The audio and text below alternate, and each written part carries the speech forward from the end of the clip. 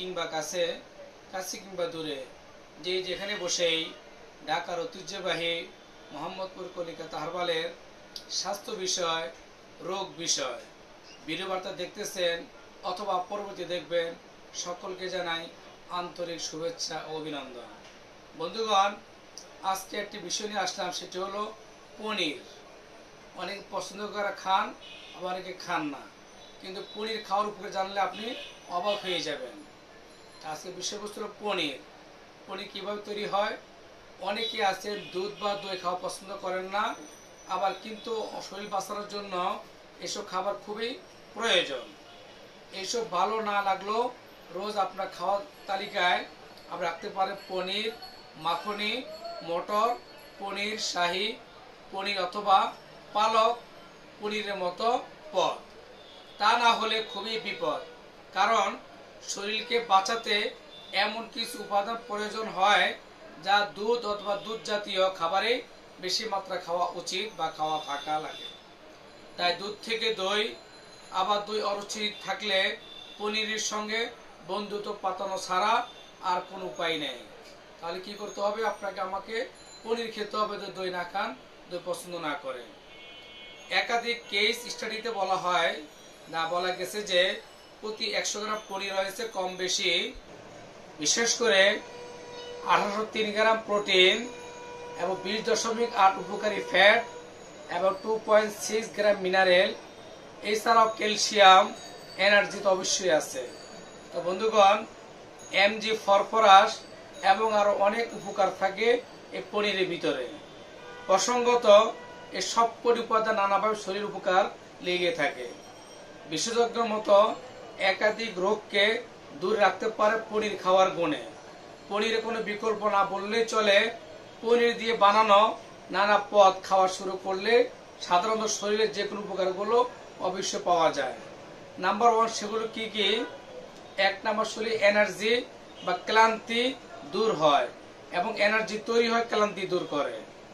আজকাল কি কারণে অকারণে বেজায় ক্লান্ত লাগছে আমরা অনেক হয়তো জানি না।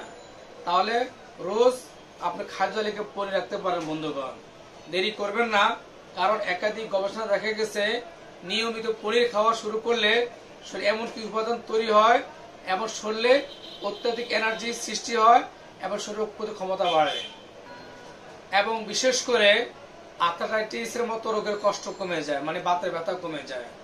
পনির উপস্থিতি থাকা ওমেগা 3 এবং ওমেগা 6 ফ্যাটি অ্যাসিড, যা শরীরে প্রবেশ করার পর এমন খেল দেখায় জয়েন্টের সচলতা বৃদ্ধি পেতে যেমন সময় লাগে না, তেমনি বাতের ব্যথার মতো রোগের প্রকোপও কমে যায়। 3 নম্বর, হজম ক্ষমতার উন্নতি ঘটে।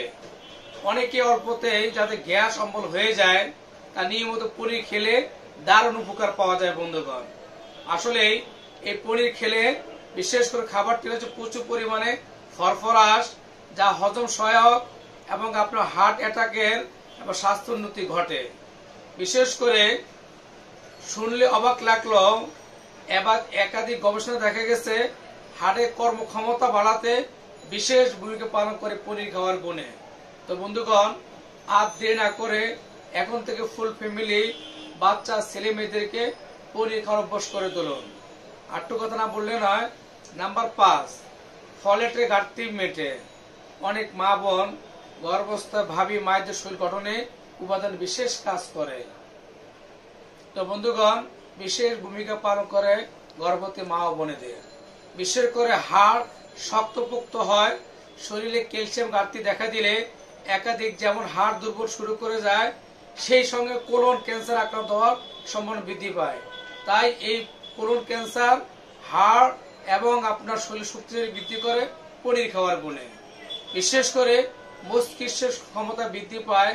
পনিরে থাকা ভিটামিন বি কমপ্লেক্স এবং রাইবোফ্লাভিন এবং ব্রেন পাওয়ার বাড়াতে বিশেষ ভূমিকা পালন করে।